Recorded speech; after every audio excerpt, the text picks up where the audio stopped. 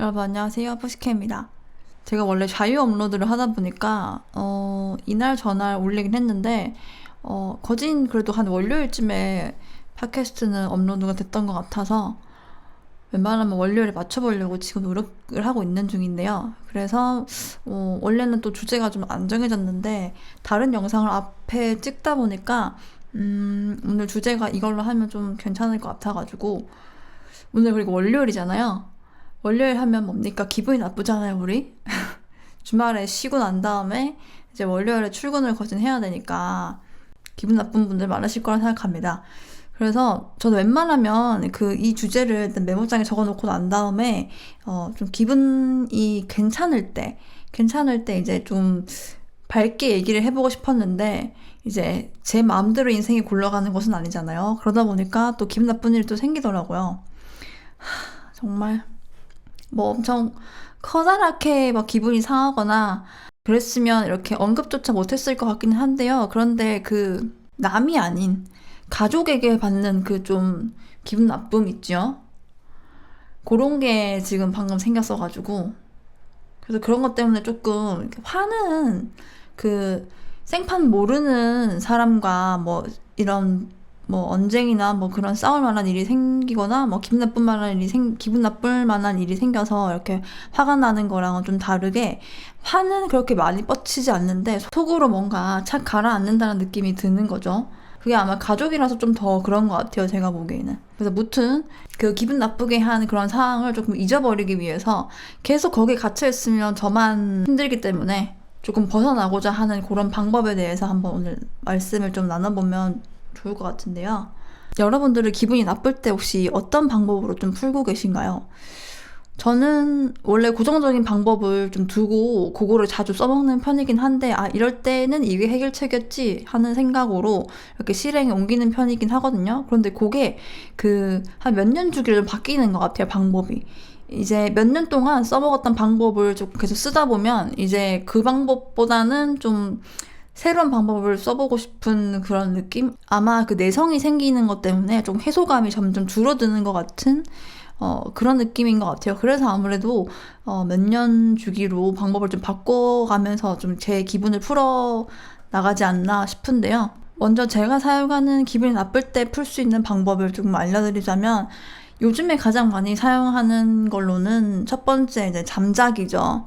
좀 수면을 취함으로써 잡생각, 그리고 기분 나쁜 생각이 계속 떠오르는 것을 멈출 수 있고, 그리고 좀 자고 일어나면, 그러니까 자기 전에 있었던 그런 컨디션보다는 좀 다른 형태인 거죠. 잡생각이나 나쁜 생각을 조금 자를 수 있기 때문에 저는 요즘에 조금 스트레스 받는 경우가 있으면 좀 잠을 자거나 아니면 계속 떠오르는 나쁜 생각을 좀 끊어버리려고 하는 스타일입니다. 그런데 여기 효과가 조금 있어요. 저 말고도 종종 이제 뭔가 분쟁이 생기거나 화가 나는 경우가 있거나 이럴 때 그냥 좀 자러 가는 분들이 꽤 있는 것 같더라고요. 그리고 첫 번째로 제가 취하고 있는 방법을 말씀드리자면 잠을 자는 방법이 있고요. 그리고 두 번째로는 소리를 지르는 거죠. 아무래도 뭐 노래방이라든지 아니면 뭐 이불 속이라든지 이렇게 뒤집어 쓰고 좀 방음이 되는 아니면 아예 소리를 질러도 되는 그런 공간에 가서 소리를 막 지르는 거죠. 안 해보신 분들은 뭐 소리 지른다고 해서 뭐 그때뿐이지 뭐가 되겠어 하실 수도 있는데요. 그런데 요 안에 내재돼 있던 거를 아예 작정을 하고 쏟아 부으면 해소감이 생깁니다. 화를 받은 상태에서 지르려고 하다 보면은 억지로 내는 게 아니라 쌓여있던 것이 분출되는 것이기 때문에 시원함이라고 하죠. 그런 걸 좀 느낄 수 있고요. 그래서 저는 같은 경우로 약간 소리를 지르는 거랑 약간 욕을 하는 거랑 좀 같은 선상이라고 좀 생각이 들거든요. 이제 말의 맛이라고 하죠. 그냥 이렇게 조곤조곤 얘기하고 항상 이제 뭐 평상어 그리고 표준어 이런 거를 쓰려고 하다 보면은 재미도 없고 그리고 나도 많이 노력을 해야 되고 하잖아요. 그러다 보니까 좀 힘이 들어가는데 나에게 편한 말 그리고 사람들과 대화를 하면서 재미있을 수 있는 그런 요소를 가미하고 그리고 내 감정이나 내 상황을 적절하게 표현할 수 있는 게 비속어 욕인 것 같거든요. 그러다 보니까 화가 날 때도 우리 욕을 많이 하잖아요. 그래서 같은 선상에 놓일 수 있는 게 소리 지르는 거랑 약간 욕설을 하는 게 좀 이제 기분 나쁠 때 해소할 수 있는 그런 방법이라고 생각들거든요. 근데 기분 나쁘다고 해서 아무나 붙잡고 막 욕하면 안 되고요. 그 다른 정말 작정을 하고 갈 수 있는 방음이 되는 곳이나 아니면 이제 노래방에서는 전부 다 이제 시끄럽게 노래를 부르러 갈 수 있는 그런 공간이니까 그런 곳에서 한 번씩 얘기를 하는 거죠. 근데 노래방에서 꼭 욕설을 하라는 말은 아니고요. 그냥 같은 선상에 놓일 수 있다. 그래서 자주 사용하는 그런 욕설이나 아니면 이렇게 길거리에서 다른 사람들 많은데 이렇게 남의 귀를 피곤하게 하는 그런 좀 비속어나 욕설은 나쁘지만 혼자 있을 때나 아니면 이제 그래도 좀 사람이 적은 곳에서 그런 야외에서 내 기분이나 내 감정을 해소하기 위해서 비속어 욕설을 사용하는 것이 남에게 피해가 가지 않는 선에서는 추천하는 방법입니다. 세 번째로는 소비약인데요. 이제 뭐 물건을 산다거나 뭐 음식을 맛있는 걸 먹는다거나 그런 걸 약간 돈으로써 푸는 거죠. 그런데 요게 좀 잘 맞는 경우에만 사용을 하셔야 될 것 같아요. 저는 좀 어중이 떠중이인 상태인 것 같거든요. 한 번씩 스트레스를 받거나 아니면 이제 한창 뭐를 이제 그 어떤 물건이나 어떤 음식을 먹고 싶었는데 이게 상황이 안 돼서 계속 그걸 미루고 있었다면 이제 화가 났을 때나 감정 조절이 안 될 때 그런 걸 이제 사고 싶어지더라고요. 그래서 근데 그거를 좀 잘 생각을 하고 또 질러야지 상황이 정말 뭐 안 좋은데 갑자기 화가 난다고 해서 뭐 몇백만 원짜리 몇십만 원짜리 톡톡 사는 거는 요거는 좀 과소비니까 그래서 요거는 잘 맞는 경우에만 좀 추천드리는 방법입니다. 그리고 네 번째 노래 부르기인데요. 요거는 아까 소리 지르기랑 좀 연관될 수 있겠죠. 근데 요게 악 하고 굉음이나 고성을 지르는 거랑 노래랑은 또 다르거든요. 노래 안에는 멜로디도 있고 가사도 있고 이제 리듬도 있잖아요. 그러다 보니까 그리고 내가 좋아하는 노래들을 이제 맞춰서 같이 부르거나 근데 이게 만약에 더 화가 날 수도 있을 것 같아요. 노래를 내가 부르러 갔는데 내가 좋아하는 노래 그동안 불러왔던 거 막 이렇게 흥얼거려 왔던 거 부르러 갔는데 점수가 완전 개차반으로 나왔어. 아니면 이제 너무 내가 생각한 것보다 못 불렀어. 이러면 좀 또 스트레스 받을 수도 있겠죠. 그런데 이제 감정이 상할 때는 노래를 잘 하려고 하는 것보다 그냥 이제 노래를 따라 부르고 그리고 이걸로 인해서 감정을 이제 완화시킬 수 있는 거에 집중을 해가지고 그런 노래를 선곡해서 부른다거나 아니면 소리 지르기를 포함해서 이제 높은 뭐 고음의 노래를 부른다거나 아니면 락을 부른다거나 뭐 그렇게 좀 유흥으로 감정을 소비시킬 수 있겠죠. 그래서 이것도 하나 추천하는 방법이고요. 마지막으로 5번째, 재밌는 영상 보기 또는 예능 보기 이런 건데요. 그래서 요즘에는 이제 하도 이제 사회인이 되면 학생 때는 이제 늘 선생님들이 그러셨잖아요. 요즘 선생님들은 또 그렇게 얘기하셨는지 모르겠는데 너네는 지나가는 나긋만 봐도 웃을 나이다. 뭐가 그렇게 웃기냐. 맨날 그 말씀을 하셨거든요. 근데 그때는 정말 쌤들은 왜 맨날 저런 얘기만 하지? 우리는 진짜 웃겨서 웃는 건데 했는데 이제 졸업을 하고 난 다음에 사회생활을 몇 번 겪어보고 난 다음에 그 말이 너무 사무치더라고요. 왜 그렇게 얘기하셨는지 알겠어요. 선생님들은 웃을 일이 잘 없거든요. 그러니까 어른이 되면 웃을 일이 현저히 작아집니다. 학생 때보다.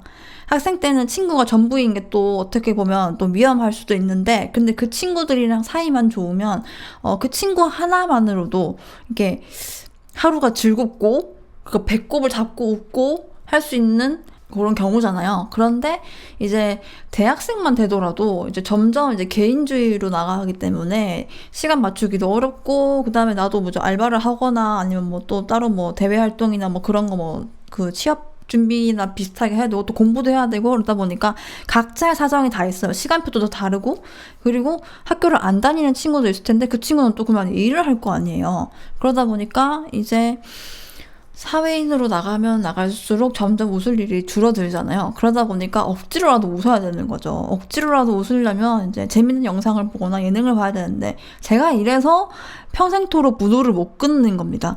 요즘 예능이 또 조금 재밌으면 이제 요즘 거를 볼 텐데 좀 방송도 뭐 세태 같은 게 있잖아요. 그런 게 이제 분위기나 많이 바뀌었기 때문에 박장대소하면서 웃거나 아니면 이렇게 뭐 소리가 나올 정도로 육성으로 웃을 수 있는 그런 웃음을 낼 만한 그런 방송은 요즘 없는 것 같아요. 그냥 보면서 그냥 흥미롭기는 한데 그러다 보니까 저 포함해서 요즘에도 이제 계속 원래 무도를 봐왔던 무도키즈 분들 아니면 무도 세대분들 그런 분들은 아직도 계속 저처럼 무도를 많이 보고 계신 것 같거든요. 그래서 기분이 안 좋을 때 풀 수 있는 방법으로 재밌는 영상을 찾아보는 거죠. 저는 맨날 기분이 나쁜 건 아닌데요. 근데 저는 이제 아예 습관처럼 박혀버려가지고, 중간중간 짬날 때, 이게 뭐지, 5분 순삭, 뭐 이런 걸로 모아져 있는 걸 보던가 아니면 자기 전에 보고 마무리로 짓고 이제 잠에 들거든요. 몇 개 추천드리자고 하면, 어머, 또 묻었네.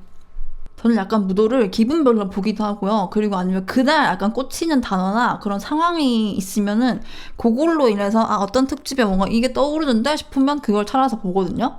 제가 지금 여권 사진을 찍었어요, 오늘. 그래서 이제 해외여행을 좀 가보려고 준비를 하고 있는데 그러다 보니까 해외여행이랑 연결되는 특집 뭡니까?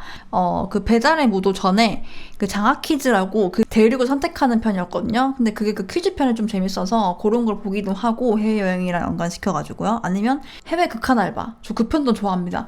옛날에 본방으로 했을 때는 예전보다 좀 잔잔해졌다고 생각해서 그렇게 많이 안 좋아했는데 지금 보면 그만큼 웃긴 영상이 없습니다. 그리고 거기서 고생하는 그 하하 씨와 그 정용돈 씨 편이 그 중국에 가가지고 그 고생하는 편이 있는데 그분들이 나중에는 가마꾼으로 일을 하지만 가마꾼 전에 원래는 잔도공 그런 걸 하라 그랬어요. 그 낭떠러지에서 그 다리를 이어서 만드는 근데 그게 정말 위험하잖아요.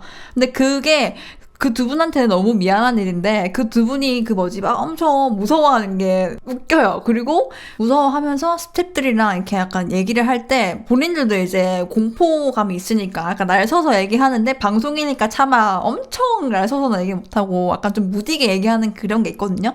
근데 그 편이 너무 좀 재밌고 이래가지고 저는 이제 그렇게 생각이 들면 특집을 찾아가지고 보는 편이고요. 그런데 재밌는 영상으로 회차로 만약에 추천을 드린다 그러면은 딱 생각나는 게 변호사 특집인데요. 그때는 그냥 이제, 그냥 웃기다 뭐 이런 걸 봤는데 지금은 너무 웃을 일이 없다 보니까 그냥 또 습관처럼 보다가 어느 한 장면이 너무 꽂혀가지고 저 한 번은 기분이 너무 나쁠 때 일부러 그 장면만 찾아서 봤거든요. 그것도 퀴즈 하는 게 있어요. 만약에 오답을 얘기하면 물바가지를 맞는 장면이 있거든요. 근데 그때 유재석 씨인가 정준하 씨인가 표정을 웃으라 그래요. 표정이 안 좋다고. 표정이 안 좋은 사람한테 표적을 해가지고 그 사람한테 물바가지를 씌우겠다고 하는 그런 장면이 있단 말이에요. 그래서 억지로 막 웃는 장면이 있어요. 막 노홍철 씨는 막 콧구멍을 막 귓구멍에다가 막 손을 끼워놓고 막 하는 게 있고 박명수 씨가 막 이렇게 웃는 게 있어요. 그런 식으로 아예 내가 이제 웃음이 터지는 그런 포인트인 영상을 아예 찾아놓고 그거를 이제 기분 나쁠 때마다 아예 꺼내서 보고 약간 해소를 시키는 그런 방법도 있습니다, 여러분. 제가 그리고 한동안은 또 그 마술사 하시는 분 김준표님인가? 그분 영상도 지금 약간 웃기네. 그분 웃는 소리가 너무 웃긴 거예요. 그리고 영상이 맞춤법 뭐 그런 거였거든요. 틀리는 맞춤법 레전드 뭐 이런 거였는데 그것도 한 번씩 보시면 왜 사람이 웃는 걸 보면 따라 웃게 되잖아요. 그 영상 죄송해요. 지금 오랜만에 또 생각나가지고 맞춤법 빌런 몸. 이분은 마술사신데 갑자기 이거 어떻게 하게 되셨을까? 근데 아무튼 웃는 소리가 너무 웃겨가지고요. 제가 한동안 진짜 너무 우울했을 때 퇴근길에 일부러 그거를 그 링크나 그 카톡에다가 제 카톡에다가 메모해놓고 그 영상을 한 번씩 꺼내보고 막 웃은 적이 있었거든요. 그때 그 순간만이라도 날아가요. 그 나쁜 기억이. 한 번씩 재밌는 영상이나 나한테 맞는 그런 웃음 그런 포인트가 있는 것들을 한 메모장이나 아니면 기억을 해두시고 기분 나쁠 때 꺼내보셔가지고 해소해보시면 좋을 것 같습니다. 여러분 누구나 사는데 힘든 것은 있고 그리고 원래 삶이라는 것 자체가 그렇게 녹록지가 않은 것 같아요. 원래는 이렇게 힘든 거를 한 중년이 되어서야 좀 깨달아야 되는 그런 시대였던 것 같은데 요즘에는 뭐든 빠르잖아요. 모를 수도 있는 것들도 다 알게 되고 부정적인 그런 소식들도 내가 알고 싶지 않아도 뭐 뉴스나 미디어 같은 걸 통해서 이제 알게 되고 하다 보니까 점점 더 불안해지고 그리고 사람이 또 더 각박해지는 거거든요. 그래서 모든 삶이 힘들지만 다들 힘내셨으면 좋겠습니다. 솔직히 제가 이걸 얘기를 하는 와중에서도 저한테조차도 별로 힘이 안 되거든요. 그래서 듣고 계신 분들한테도 별로 도움이 될 것 같다고 생각이 들지는 않아요. 그런데 그래도 말에 힘이라는 게 있잖아요.